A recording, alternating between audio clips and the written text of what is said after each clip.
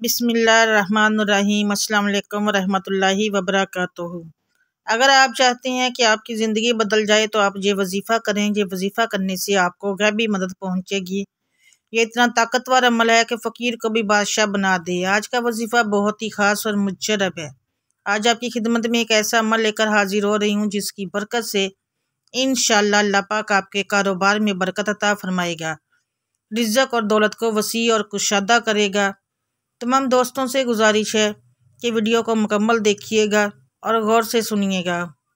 मोहतरम नाज़रीन कराम, इस वजीफ़े को करने से आपको दुनिया में तो फ़ायदा होगा ही, लेकिन इसको करने से आखिरत में जो फ़ायदा होगा वो जानकर आप हैरान रह जाओगे। एक मुसलमान की यही टेंशन होती है, यही परेशानी होती है, यही ख्वाहिश होती है कि वो मरने के बाद भी कब्र के अजाब से बच जाए, तो क़यामत वाले दिन अल्लाह के अजाब से बचाए और जन्नत को हासिल कर ले, और यही बड़ी कामयाबी है। तो दोस्तों, आज के साइंसी दौर में हर इंसान मुश्किलात का शिकार है। कुछ वाक़यात गैर इरादी तौर पर होते हैं, कुछ इरादतन किए जाते हैं। इन गैर मामूली वाक़यात के ज़रिए इंसान रुकावटों और गर्दिशों के चक्कर में फंस जाता है।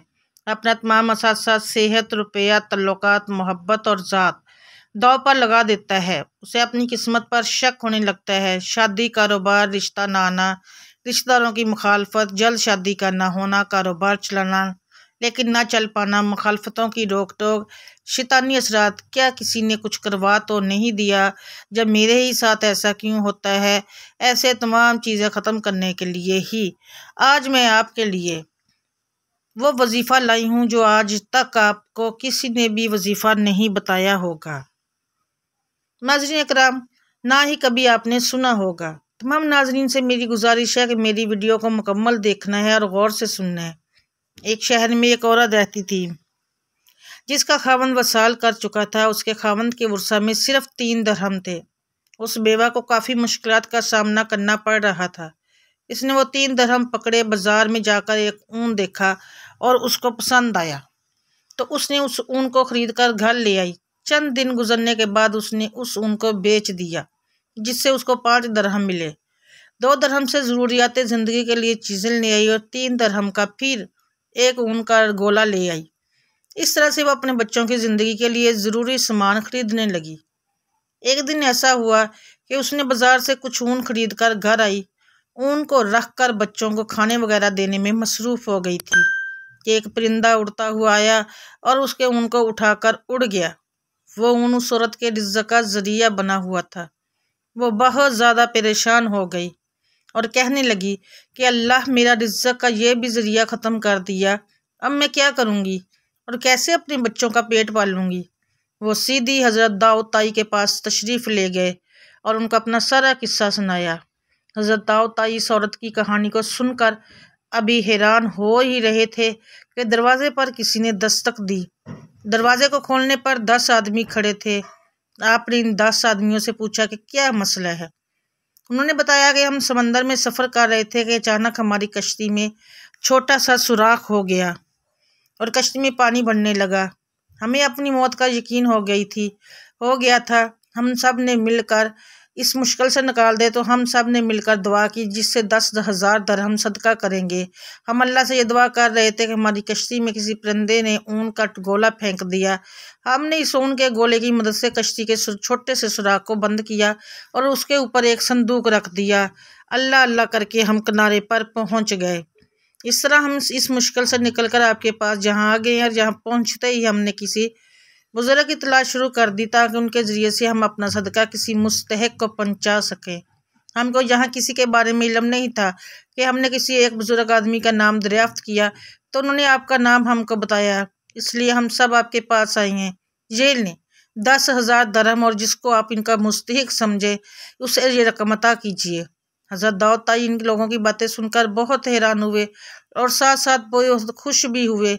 हज़रत दाऊद ताई ने 10,000 दरहम पकड़े और पास ही बैठी औरत को दे दिए और उससे कहने लगे कि देखो, अब बताओ हमारा रब रहम दिल है या जालिम है। बेवा खातून दाऊद ताई के चेहरे की तरफ देखती रही और रो रो कर अपने रब्बे कायनात का शुक्र अदा करने लगी। हमको चाहिए कि अल्लाह की ज़ात पर भरोसा करें और उसकी ज़ात पर यकीन रखें। वो हर किसी को उसकी ताकत से ज़्यादा नहीं आजमाता। हज़रत दाऊद ताई अपने वक्त के बड़े अल्लाह के प्यारे बंदे थे। आपको आपकी रहम दिली की वजह से लोग याद करते हैं। आप अल्लाह के बड़े वाली और खुदा तरस इंसान गुजरे हैं। 20 साल तक आप इमाम आज़म की खिदमत में सिर्फ करके इल्म से फैयाब होते रहे हैं। आप इमाम साहब के सब शागिर्दों में से सबसे बड़ा दर्जा हासिल करने वाले आदमी थे। जब हज़रत इमाम मोहम्मद और हज़रत इमाम यूसुफ का किसी मसले को लेकर इख्तलाफ पैदा होता था तो आपसे इस मसले का हल दरियाफ्त कर लिया जाता था। आपका शजरा नसब हातम ताई से जा मिलता है।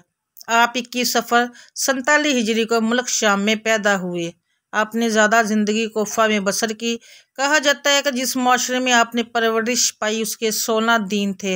सहाबा किराम रज़ी अल्लाह तआला अन्हुम से इल्म हासिल करने वाले खूब इल्म से माला माल हो रहे थे। वहाँ से ख्वाजा दाऊद ताई को इल्म हासिल करने का बहुत अच्छा मौका मिल गया। हर शहर में इल्म नबूवत का चर्चा हो रहा था।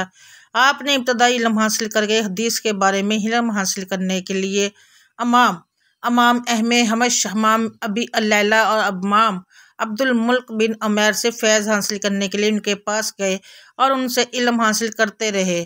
फिर आपने एक हदीस पर अमल करने वालों की जमात तैयार की। इल्म हदीस पर गौर हासिल करने के बाद खलीफा मेहंदी के दौर में बगदाद में तशरीफ़ ले आए और फिर कोफा पर वापस आने के बारे में ख्याल किया। हज़रत इमाम अबू हनीफ़ा की जमात में शामिल हो गए। 20 साल तक इस जमात के साथ मुंसलिक रहे। इल्म फ़िक़्ह पर अबूर हासिल किया।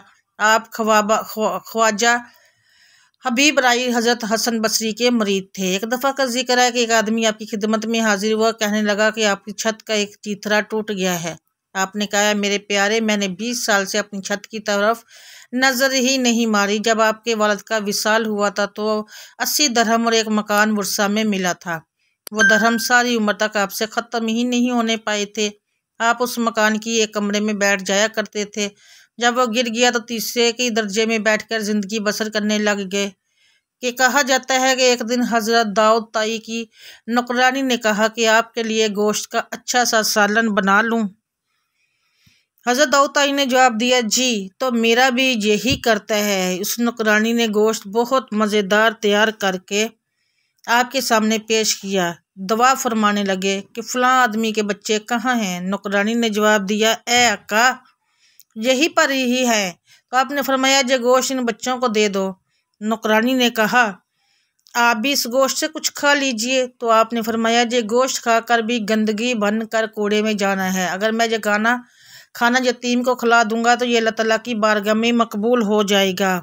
सारा सालन यतीम बच्चों को भिजवा दिया और ख़ुद आम मामूल की खुराक खा ली। एक दफ़ा हज़रत दाऊद ताई रहमतुल्लाह इमाम सादक के पास तशरीफ़ ले आए और अर्ज़ गुज़ार हुए, अक्का, मुझे कोई नसीहत फरमा दीजिएगा, मैं अंदर से काला हो गया हूँ। आप कहने लगे कि तुम तो ज़माने के मशहूर जाहिद और आबिद हो, तुमको मेरी किस तरह ज़रूरत महसूस हुई। हज़रत दाऊद ताई ने कहा कि रसूल अल्लाह सल्लल्लाहु अलैहि वसल्लम के फ़र्जंद, आपको सारी मखलूक पर फजीलत हासिल है, आपका सबको नसीहत करना वाजिब है। आपने फरमाया, ए दाऊद ताई, हमेशा ही के लिए ऐसा ना हो जाए कि मैं किसी को ऐसी नसीहत कर दूं जो क़यामत के दिन मुझे उसका हिसाब देना पड़ जाए। नाज़रीन इकराम, बस ये बात सुनकर दाऊद ताई रोते हुए फरमाने लगे, ऐ मुर्शद, अगर आप ही अपने आप को इस काबिल नहीं समझते तो मैं किस बात की मूली हूँ। मैं जाहिद आबिद होने पर किस तरह भरोसा कर सकता हूँ। और यह कि मैं अल्लाह का नेक आदमी हूँ। अल्लाह नेक अमल करने और अपने बड़ों का अदब करने की तौफीक दे। हमें नबी करीम सल्लल्लाहु अलैहि वसल्लम से बेपनाह मोहब्बत अता फरमाए। सबसे पहले अपने घर में नमाज का मामूल बनाना है। कोई ऐसा ना हो जो नमाज ना पढ़ता हो, क्योंकि नमाज फ़र्ज़ है। अगर सारी रात आप तहज्जुद पढ़े तो सुबह अगर नमाज फ़जर आपसे रह जाती है, जो सारी रात आपके ज़िक्र में गुजरी हो, तो उसका कोई भी फ़ायदा नहीं है। तो नाज़रीन किराम, नमाज की पाबंदी अपने ऊपर लाजिम करें। फिर नमाज में 11 बार सूरह फातिहा पढ़कर 11 बार सूरह अखलास और 11 बार ही सूरह अल कौसर पढ़ें। ये अमल आपने 40 दिन तक ज़रूर याद ही रखना है। औरतें एम ख़ास में ये अमल नहीं कर सकती, अलबत्ता घरों में मर्द हज़रात ये अमल जारी रख सकते हैं। इंशाल्लाह जिस दिन आप ये अमल शुरू करेंगे, आप खुद ही देखेंगे कि आपका हर आने वाला दिन गुजरे हुए दिनों से मज़ीद बेहतर होता जाएगा। बस अल्लाह की ज़ात पर उम्मीद रखें, रब करीम कभी आपको मायूस नहीं करेंगे। अपने अल्लाह करीम की मोहब्बत का ये वाक़या भी सुन लें। आप अल्लाह से जब मांगते वक्त अपने गुनाहों को मत देखा करें कि मैं तो बहुत गुनाहगार हूँ, मुझसे बहुत गुनाह हुए हैं। तो वो गफूर रहीम ज़ात है। आज आप तौबा कर लें, अपने अल्लाह को मना लें, उससे सुलह कर लें, अल्लाह पाक जल्द मान जाता है। तौबा तो बेशुमार वाक़यात से बड़ी परी है। कहीं लूत अलैहिस्सलाम जैसे अम्बिया की बीवियां जहन्नम का ईंधन बन रही हैं, तो कहीं फ़िरौन जैसे दुश्मन दीन की बीवी आसिया इस्लाम कबूल करके जन्नत में ख़ातमुल मुरसलीन सल्लल्लाहु अलैहि वसल्लम की जोजा का शर्फ हासिल कर रही हैं। कभी नबी सल्लल्लाहु अलैहि वसल्लम का सरदार चचा अबू लहब जहन्नम के पस्त तरीन दर्जात में गिर रहा है, तो कहीं बल्ला रज़ी अल्लाह तआला अन्हु जैसा ग़ुलाम हजूर सल्लल्लाहु अलैहि वसल्लम की सवारी की लगाम पकड़े जन्नत में दाखिल हो रहा है। वजीफ़े के बाद आपने लाजमी अल्लाह पाक की बारगाह इलाही में दुआ करनी है। दुआ है कि अल्लाह ताला हम सब को दीन हक़ पर चलने की तौफ़ीक़ अता फ़रमाए। अल्लाह ताला हम सब को हमारे नबी पाक सल्लल्लाहु अलैहि वसल्लम से पक्की और सच्ची मोहब्बत नसीब फ़रमाए। और अल्लाह ताला से दुआ है कि जो लोग परेशान हैं, अल्लाह ताला उनकी सबकी परेशानियों को दूर फ़रमाए और हम सब को 5 वक्त नमाज बाजमात अदा करने की भी तौफ़ीक़ अता फ़रमाए। दुआ है कि अल्लाह ताला मेरा सुनाना और आपका सुनना अपनी बारगाह इलाही में कबूल और मंजूर फ़रमाए। आमीन सुम्मा आमीन या रब्बुल आलमीन। दोस्त अहबाब कमेंट में अल्लाह ताला के 99 नामों में से एक नाम ज़रूर टाइप करें और चैनल पर पहली बार आए हैं तो सब्सक्राइब ज़रूर कीजिएगा, लाइक और शेयर भी कीजिएगा। जज़ाकल्लाह।